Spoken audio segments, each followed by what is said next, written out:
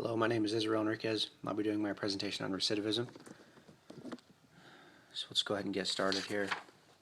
The reason I chose this topic is because I work as a probation officer, and it's always interesting to me to see how people are always coming in and out of jail. Seems like they're always in and out of trouble and never really seem to get their life together.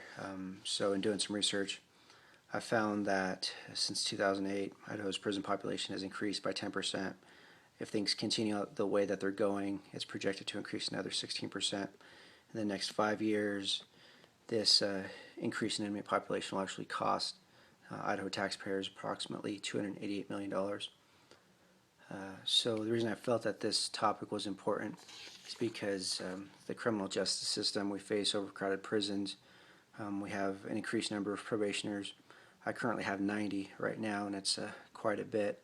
We have fewer and fewer resources available to help these offenders when they're coming out of prison or coming onto probation.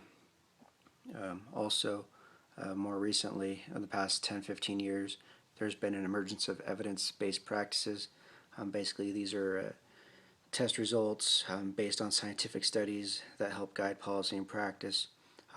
Overall, the primary goal of Department of Corrections is to reduce offender recidivism. So a quick overview of what I'll be talking about. I'll define recidivism, also explain some of the assessments that we use. There's one primarily that we use. Discuss a few of the different sentencing options that the court has to choose from, and compare how the U.S. prison, our population, how it compares to some other countries in the world. Also identify some challenges that we face, and identify some possible solutions that will hopefully address this. So in defining recidivism, it starts with the starting event, whether the person is placed on supervision or if they're released from prison.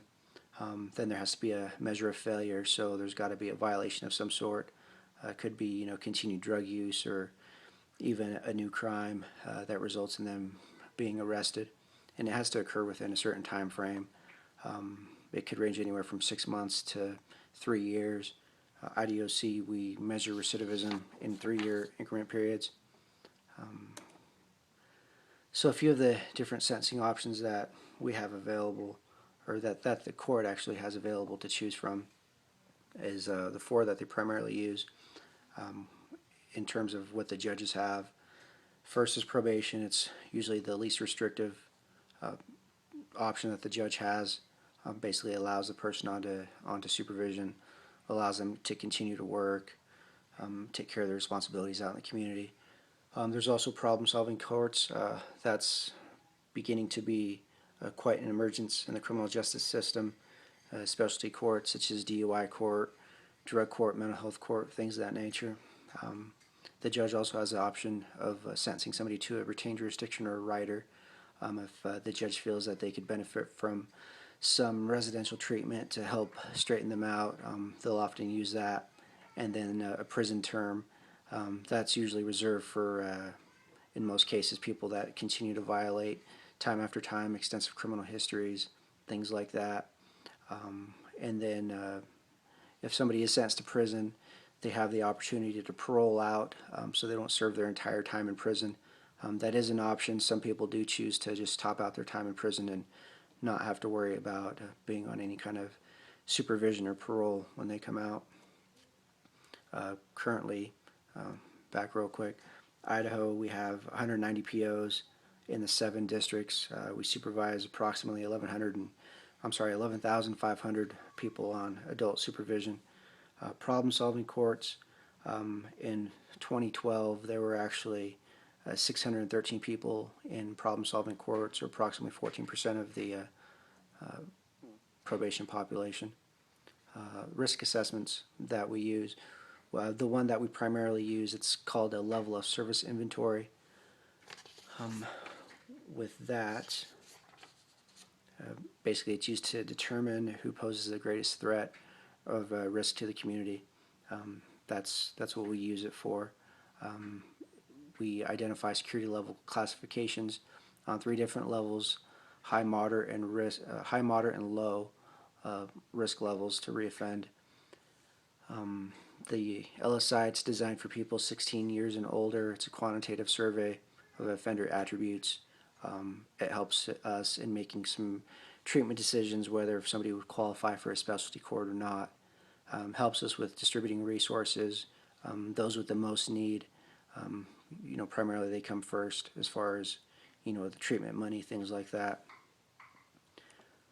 And the LSI measures 10 static and dynamic risk factors, starting with criminal history, their education and employment, financial, alcohol, drug problems, emotional, personal, family, marital, companions, accommodations is where they reside if they live in a high crime area, things of that nature.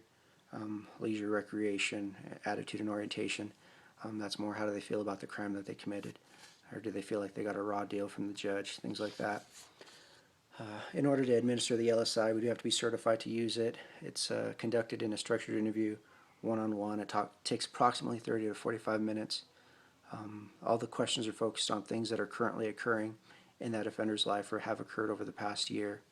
It's 54 questions that are answered on a yes-no basis or on a rating scale from 0 to 3.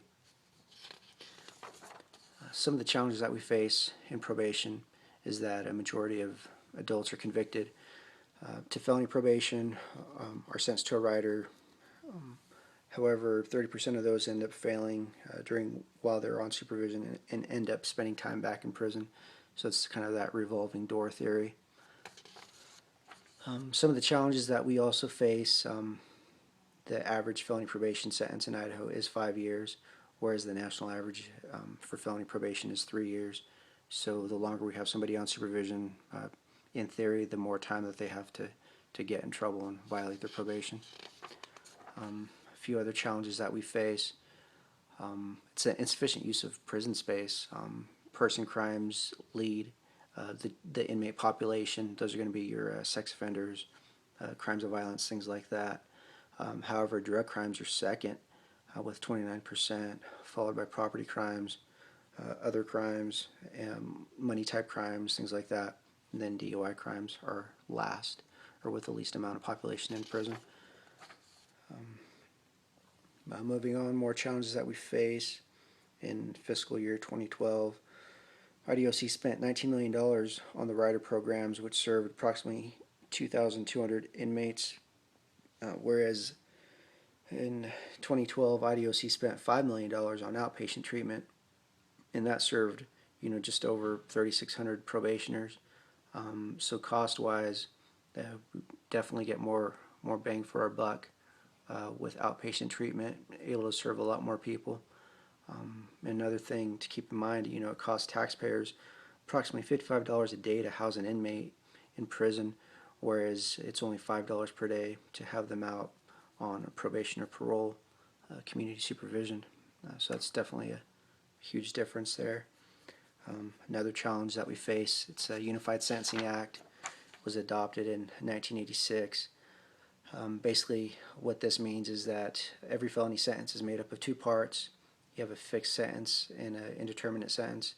The fixed portion, basically, what that means is that a person is going to have to serve a minimum amount of time in prison before they're eligible for parole. The indeterminate time, that's going to be the higher end. So, for example, what that might look like is it's going to be pretty typical to have a felony possession guy sentenced to probation. Let's say he's got 3 to 7 years hanging over his head, but the prison time is suspended. The judge puts him on probation for about 5 years. So if any time during that 5-year period, if they violate, the judge would have, the opportunity to sentence them to prison for a minimum of 3 years before they'd be eligible for parole, but with no more than 7 to serve. So, yeah, that's a challenge that we face. Moving on to the United States population. The U.S. has about 5% of the world's population. However, they have 25% of its prisoners. In 2013, the United States had an average of 707 people incarcerated for every 100,000 people in the population. That was followed by a few smaller countries. That second one, or it's tied for first. Seychelles is a small country in Africa. the last three are countries in the Caribbean, not nearly as big population-wise as the United States. So definitely we're locking up the most people. Here, moving on to prison-based treatment. A lot of people that are getting arrested in prison, according to this survey here, or this research, 68% of them test positive on a urine screen. So drug abuse is certainly a serious issue that they face. A few different options that the IDOC offers in terms of a rider. The first one is a cap rider, lasts 90 days.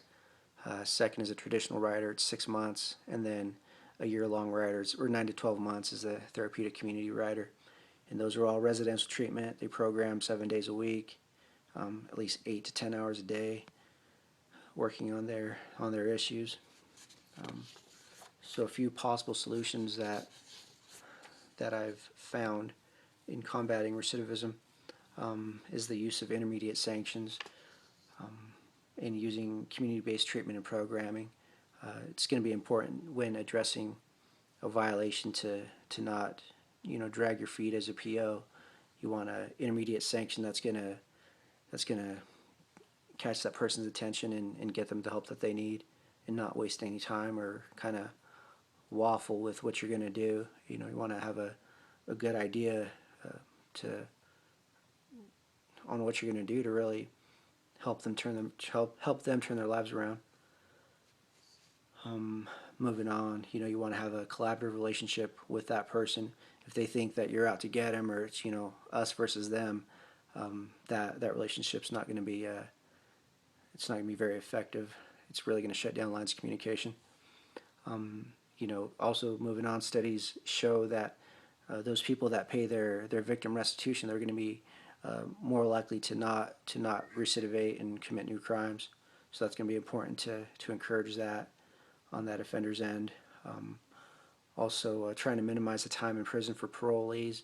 So if somebody is sentenced to prison on let's say 3 to 7, and they serve their 3 years, it's going to be important, based on assessments and things like that, to get them out as quickly as possible. That way they don't lose faith in the criminal justice system, or see it as an unfair system. So it's going to be important, that you utilize those assessments, and that there's some oversight as well, that the treatment and programming that we're offering is actually beneficial, and we're not just wasting our time and money.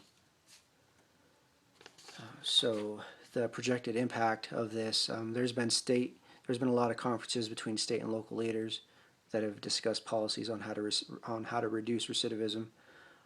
So currently, with some of these policies that they're wanting to put in place, the projected savings are estimated to be $213 million just in construction costs, so from not having to build new prisons, and $75 million in operating expenses. So if these policies are put in place, it could reduce recidivism by 15%. So in conclusion, what my research has found is that the most resources that are, or those resources that are going to be the few that we do have, it's going to be important that they're reserved for those people that are most likely to reoffend, those high risk people on supervision. It's also going to be important that they get the proper assessments and classification in order to save time, money, and achieve public safety, and have that collaborative working relationship with those offenders, so that they understand what they have to do in order to become successful. These are my references, and that's all I have. Thanks for your time.